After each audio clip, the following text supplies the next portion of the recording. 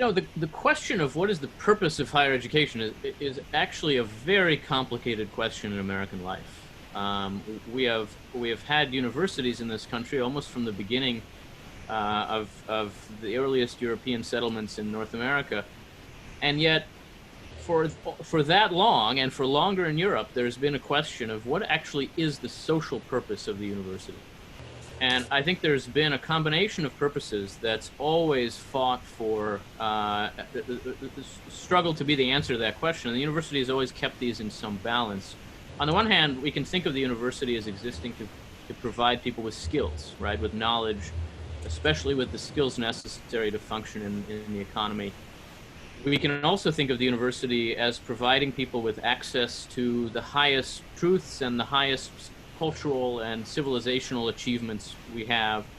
That kind of liberal education has long been part of what we think the university is for. And we can also think of the university as existing to change the larger society for the better. I think there's a tendency, particularly on the right, where I am, to think of that purpose of the university as something new. And that seems to me to be a very big mistake. In fact, social transformation has been the purpose of higher education since the very beginning. The original universities in Europe were basically seminaries. The original universities in America were training grounds for Puritan ministers whose purpose was to help the larger society repent of its sins and improve itself. That is not that different from what social activists on today's campuses are trying to do, even if the substance of the underlying moral teaching might be different. And even that substance isn't that different.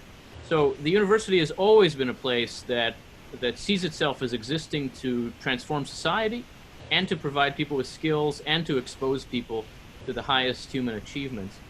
And some balance between those two has somehow to be achieved, which means that campuses have always been the scenes of some kind of cultural conflict.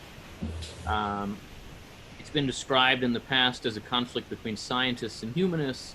I think in our time it's better understood as a conflict between these three kinds of cultures: a culture of skills training, a culture of liberal education, a culture of social transformation.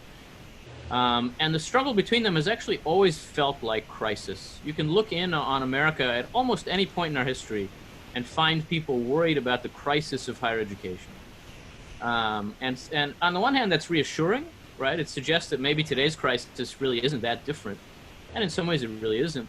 On the other hand, though, it means that higher ed has to think about itself very consciously and think about its purpose in times of crisis. I think we are in a moment when there is some imbalance in how a lot of our universities think about their purpose. And that imbalance presents itself as sometimes a failure to think about those purposes in terms of teaching and learning, right? These three goals, these three cultures, we might call them, nonetheless always advance their ambitions by teaching and learning. It's an academic culture.